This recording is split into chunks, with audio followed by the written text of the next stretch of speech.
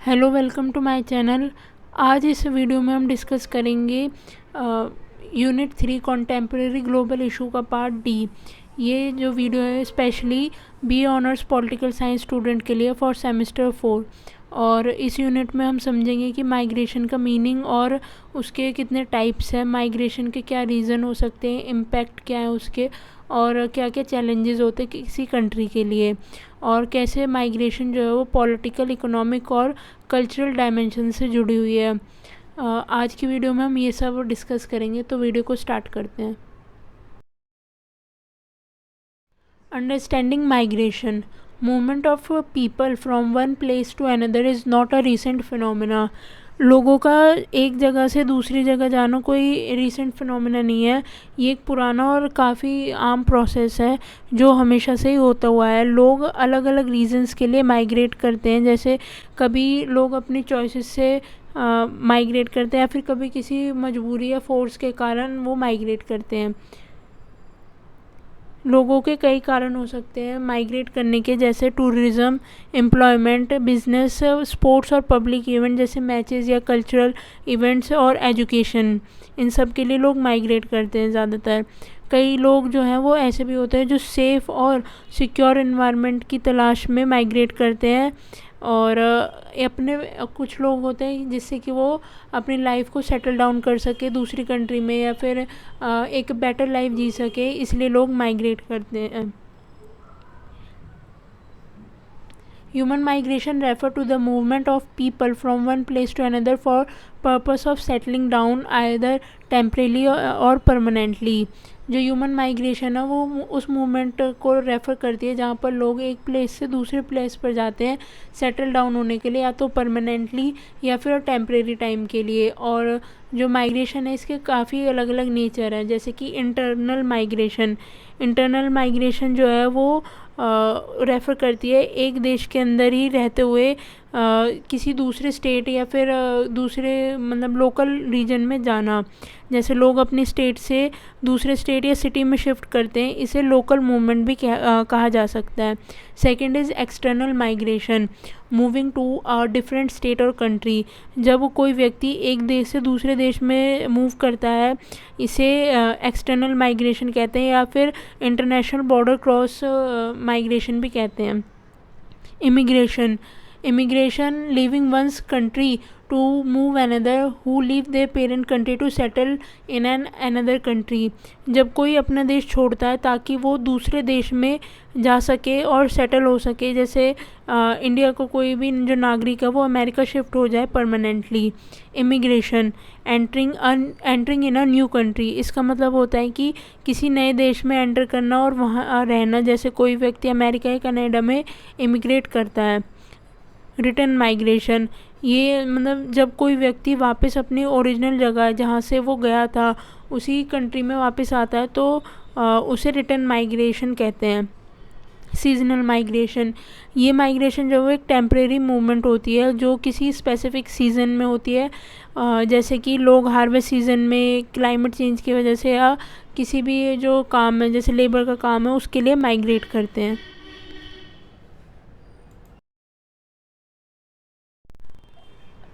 इस बेसिस पर हम समझ सकते हैं कि जो माइग्रेशन करते हैं लोग, उनकी अलग अलग कैटेगरीज हो सकती है, जैसे कि कुछों को इमिग्रेंट्स कहा जाता है जो अपने पेरेंट कंट्री को छोड़कर दूसरी कंट्री में सेटल करते हैं। कुछ को जैसे इमिग्रेंट्स कहा जाता है। ये सारे जो है वो बेसिक कैटेगरीज है माइग्रेशन की। और साथ ही साथ एक और कैटेगरी होती है रिफ्यूजी। रिफ्यूजी जो है वो कैटेगरी होती है जो अपने देश में किसी प्रॉब्लम की वजह से इनसिक्योर फील करते हैं, जैसे कि डिस्क्रिमिनेशन या किसी भी लाइफ थ्रेट या पॉलिटिकल या रीजनल परसेक्शन, उसकी वजह से लोग जो है माइग्रेट करते हैं। रिफ्यूजी का जो स्टेटस है वो किसी भी होस्ट कंट्री के लिए देना काफ़ी कॉम्प्लेक्स प्रोसेस है। इसमें जो है होस्ट कंट्री डिसाइड करती है कि किस व्यक्ति को रिफ्यूजी माना जाए और किसको नहीं। अक्सर यूएन रिफ्यूजी कन्वेंशन के नॉर्म्स को माना जाता है, लेकिन फिर भी फाइनल डिसीजन जो है वो होस्ट कंट्री का ही होता है। जैसे वो चाहे तो असाइलम दे दे, यानी कि उसको शेयर दे सकती है कंट्री, होस्ट कंट्री जो है। On the basis of categorization, different migrants are entitled to different rights and protection from host government and international organisation. इस कैटेगराइजेशन के बेसिस पर माइग्रेंट्स को अलग अलग राइट्स और प्रोटेक्शन मिलते हैं। ये उनको जो है होस्ट कंट्री और इंटरनेशनल ऑर्गेनाइजेशन से मिलते हैं। States make distinction between regular and irregular migrants. Regular migrants are the one who enter the host state with proper authorization and are recognized as legitimate member. Irregular migrants are the one who enter the host country without proper authorization. Regular migrants जो है वो होते हैं जो host country में proper documents के साथ जाते हैं और उन्हें लीगल मेंबर के रूप में माना जाता है।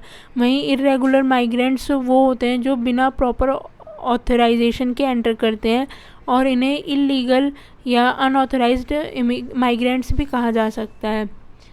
वॉलंटरी माइग्रेशन वो होते हैं जो अपनी मर्ज़ी से माइग्रेट करते हैं, जैसे बेटर लाइफ, जॉब, एजुकेशन के लिए। इनवॉलंटरी माइग्रेंट जो है वो होते हैं जो किसी भी मजबूरी के कारण अपना देश छोड़ते हैं, जैसे कि वॉर हो गई, नेचुरल डिज़ास्टर, ऑपरेशन, इन सब के कारण जो है वो अपनी पेरेंट कंट्री को फोर्सफुली छोड़ते हैं।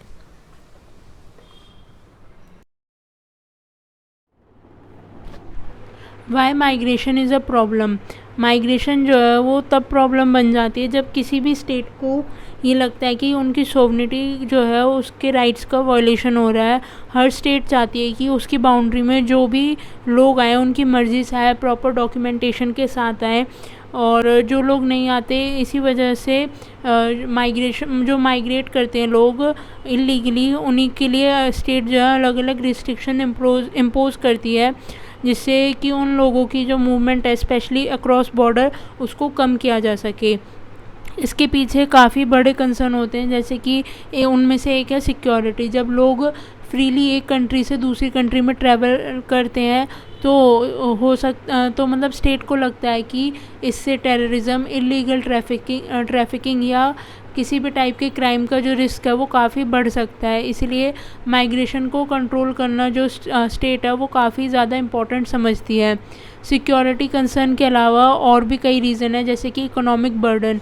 जब माइग्रेंट किसी नए देश में आते हैं तो जो उनकी बेसिक नीड्स जैसे हेल्थ केयर, हाउसिंग, एजुकेशन, सब का जो खर्चा है वो स्टेट को उठाना पड़ता है। इससे टैक्स पेयर्स पर एक्स्ट्रा प्रेशर पड़ता है और नेटिव सिटीजन्स को लगता है कि उनकी जो रिसोर्सेज हैं वो माइग्रेंट्स यूज़ कर रहे हैं। इसके साथ एक चैलेंज भी आता है रिसोर्स डिस्ट्रीब्यूशन का। जब माइग्रेंट्स उसी कंट्री में रहने लगते हैं तो वो जॉब्स, गुड्स और पब्लिक सर्विसेज के लिए लोकल जो लोग हैं उनके साथ कंपटीशन करते हैं, जिससे कि जो पब्लिक सर्विसेज हैं और जो गुड्स हैं उनका कंपटीशन ज़्यादा बढ़ जाता है, जिससे जो नेटिव मेंबर है कंट्री के, जो नेटिव लोग हैं उनके पास तक जो वेलफेयर स्कीम है वो नहीं पहुंच पाती।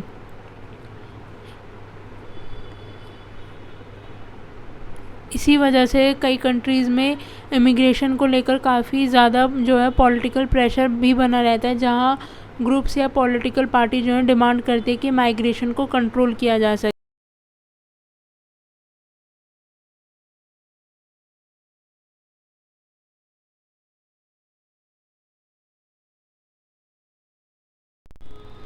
Migration and security. सबसे पहले हमें ये समझना होगा कि माइग्रेशन जो है सिर्फ एक प्रॉब्लम नहीं है। इनफैक्ट माइग्रेंट जो है होस्ट कंट्री को इकोनॉमिक बेनिफिट्स भी देते हैं। जो माइग्रेंट्स हैं वो चीप लेबर प्रोवाइड करते हैं, जिसकी वजह से जो प्रोडक्शन रेट है वो भी बढ़ सकता है और इंडस्ट्रीज़ ज़्यादा प्रॉफिट कमा सकती है। माइग्रेंट्स अपनी स्किल और प्रोडक्टिविटी के थ्रू लोकल इकोनॉमी को सपोर्ट कर सकते हैं। उनका contribution industries, construction, domestic work जैसे सेक्टर में काफ़ी वैल्यूएबल होता है। माइग्रेशन जो है सिर्फ इकोनॉमी की नहीं बल्कि सिक्योरिटी कंसर्न भी बन जाता है दोनों कंट्रीज़ के लिए, होस्ट कंट्रीज़ के लिए भी और माइग्रेंट की पेरेंट कंट्री के लिए भी। क्योंकि जब माइग्रेंट नई कंट्री में सेटल होते हैं तो कई बार लोकल लोगों के साथ कन्फ्लिक्ट होने लगते हैं। लोकल पॉपुलेशन को लगता है कि उनके जॉब्स और रिसोर्सेज जो है वो माइग्रेंट्स ले रहे हैं, इसलिए मार्केट का जो बैलेंस है वो चेंज हो जाता है। जब एक ही सिटी या टाउन में limited number of job, food, housing, medical care और अदर बेसिक सर्विसेज होती हैं और उनके लिए कंपटीशन बढ़ता है, तो नेचुरली टेंशन क्रिएट होती है। माइग्रेंट्स और लोकल्स के बीच में काफ़ी राइवलरी और जेलसी जो है डेवलप हो सकती है, और ये छोटी छोटी जो टेंशन्स हैं वो आगे चलकर वायलेंस और इंटरनल अनरेस्ट में बदल सकती हैं। कुछ ग्रुप्स को ये भी लगता है, मतलब कुछ ग्रुप्स ये आर्ग्यू करते हैं कि जो माइग्रेशन है ये इकोनॉमिक या फिर सिक्योरिटी थ्रेट नहीं बल्कि सोशल थ्रेट भी बन जाता है।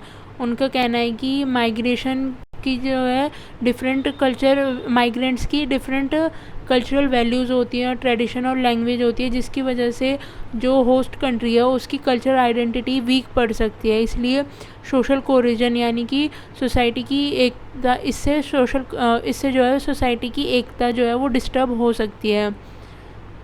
और इसीलिए कुछ पॉलिटिकल या जो नेशनलिस्ट ग्रुप्स हैं वो माइग्रेशन को एक कल्चरल इन्वेजन के रूप में देखते हैं।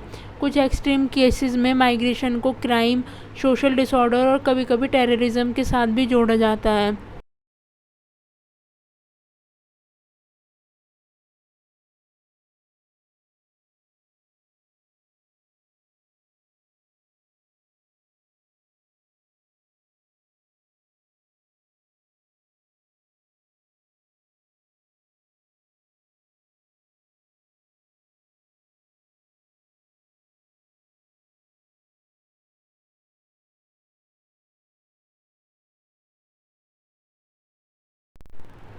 माइग्रेशन का जो एक इम्पॉर्टेंट एस्पेक्ट है वो है जेंडर डायमेंशन ऑफ माइग्रेशन, जिसको अक्सर इग्नोर किया जाता है, यानी माइग्रेशन का जेंडर से संबंध होना। जब हम ह्यूमन ट्रैफिकिंग को माइग्रेशन के कॉन्टेक्स्ट में देखते हैं तो हमें ये समझ में आता है कि ज़्यादातर ट्रैफिक्ड लोग हैं, यानी जिन्हें इलीगली एक कंट्री से दूसरी कंट्री ले जाया जा रहा है, उनमें विमेंस होती हैं, महिलाएं होती हैं। ये एक काफ़ी सीरियस इशू है। 2017 के डेटा के अकॉर्डिंग अराउंड 48.8% माइग्रेंट जो थे वो वुमेंस थी, और ये data International Organization for Migration ने दिया था। इसका मतलब ये है कि माइग्रेशन के अंदर जेंडर का एक स्ट्रॉन्ग रोल है जो पॉलिसी मेकिंग और ट्रीटमेंट को इन्फ्लुएंस करता है।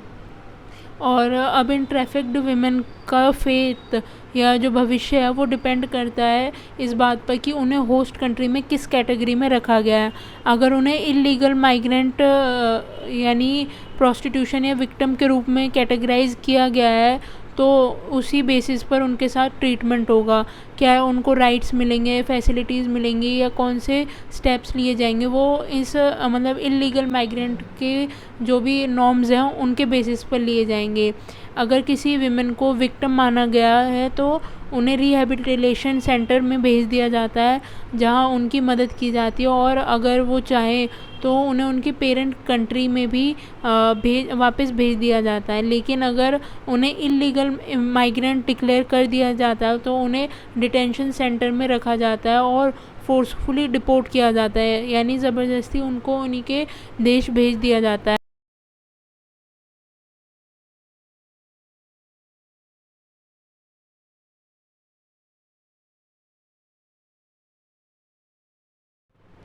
Thanks for watching. अगर आपको वीडियो पसंद आई हो तो वीडियो को लाइक करें, शेयर करें, चैनल को सब्सक्राइब करें और अपना फीडबैक कमेंट सेक्शन में ज़रूर दें। Thank you.